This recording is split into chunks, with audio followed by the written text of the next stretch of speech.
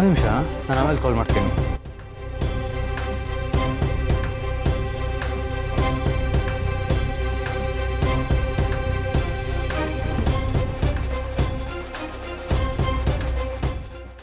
ಶರತ್, ಏನು ನೋಡ್ತಾ ಇದೆಯಪ್ಪ?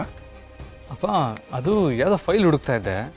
ನನಗೆ ಇದಕ್ಕಿದಾಗೆ ಈ ಹಳೆ ಆರ್ಟಿಕಲ್ ಒಂದು ಸಿಕ್ತು, ಅದನ್ನು ನೋಡ್ತಾ ಇದ್ದೆ. ಎಲ್ಲಿ ಕೊಡು ನೋಡೋಣ.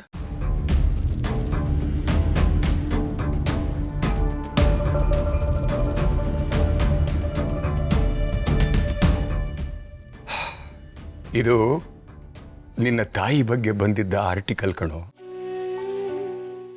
ಎಷ್ಟು ವರ್ಷ ಆಯಿತು ನೋಡು, ಇದನ್ನು ಎಲ್ಲಿಟ್ಟಿದ್ದೆ ಅಂತಲೇ ಬರ್ತೋಗ್ಬಿಟ್ಟಿತ್ತು. ಅಮ್ಮನ ಬಗ್ಗೆನಾ? ಹೌದಪ್ಪ. ನಿನ್ನ ತಾಯಿ ಸಾಮಾನ್ಯದವಳು ಅಂತ ತಿಳ್ಕೊಬೇಡಪ್ಪ. ಅವಳವಳು ಫೇಮಸ್ ಆರ್ಕಿಯಾಲಜಿಸ್ಟ್, ಪ್ರಸಿದ್ಧ ದೇವಾಲಯದ ಇತಿಹಾಸಗಾರ್ತಿ, ಪುರಾತತ್ವ ಶಾಸ್ತ್ರಜ್ಞೆ. ಯಾರು ಅಂತ ಕೇಳಿದ್ರೆ ಮೊದಲನೇ ಹೆಸರು ಬರ್ತಾ ಇದ್ದಿದ್ದೇ ನಿಮ್ಮ ತಾಯಿದು. ಅವಳಿಗೆ ತನ್ನ ಕೆಲಸದಲ್ಲಿ ಅಪಾರವಾದ ಶ್ರದ್ಧೆ, ಪ್ರಾಣಕ್ಕಿಂತ ಹೆಚ್ಚಾಗಿ ಪ್ರೀತಿಸ್ತಾ ಇದ್ಲು.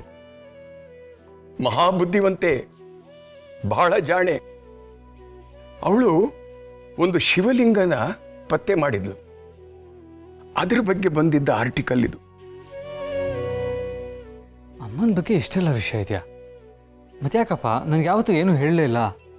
ಅಮ್ಮನ ಬಗ್ಗೆ ನನಗೆ ಯಾಕೆ ಏನೂ ಗೊತ್ತೇ ಇಲ್ವಲ್ಲ?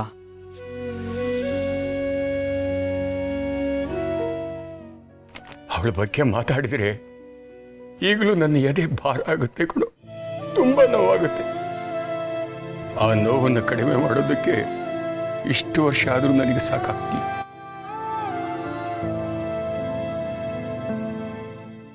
ಅವಳು ಯಾವಾಗಲೂ ಒಂದು ಮಾತು ಹೇಳ್ತಾ ಇದ್ಲು, ಶರತ್, ನಮ್ಮ ಕುಟುಂಬ ಬೇರೆಯವರಿಗಿಂತ ಡಿಫ್ರೆಂಟು, ನಾವು ತುಂಬ ಸ್ಪೆಷಲ್ ಅಂತ.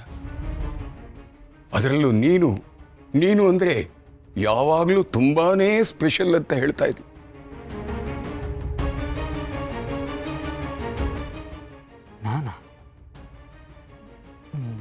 ನಾನು ಹೇಗಪ್ಪ ಸ್ಪೆಷಲ್ಲು? ಅಲ್ಲಪ್ಪ, ಅಂಥ ಸ್ಪೆಷಾಲಿಟಿ ನನ್ನಲ್ಲೇನಿದೆ?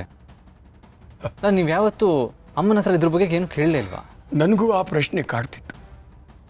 ಆದರೆ ಅವಳು ಯಾವತ್ತೂ ನನಗೆ ಸರಿಯಾದ ಉತ್ತರ ಕೊಟ್ಟಿರಲಿಲ್ಲ.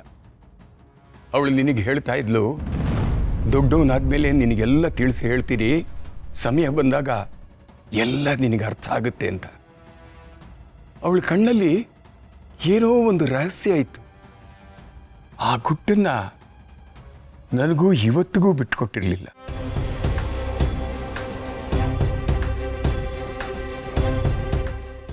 ಅಮ್ಮ ಸುಮ್ಮನೆ ಮಾತಿಗೆ ಏನಾದರೂ ಹೇಳ್ತಾ ಇದ್ರಾ, ಅಥವಾ ನಿಜವಾಗ್ಲೂ ಈ ವಿಷಯದಲ್ಲಿ ಯಾವುದಾದ್ರೂ ದೊಡ್ಡ ಸೀಕ್ರೆಟ್ ಇತ್ತಾ?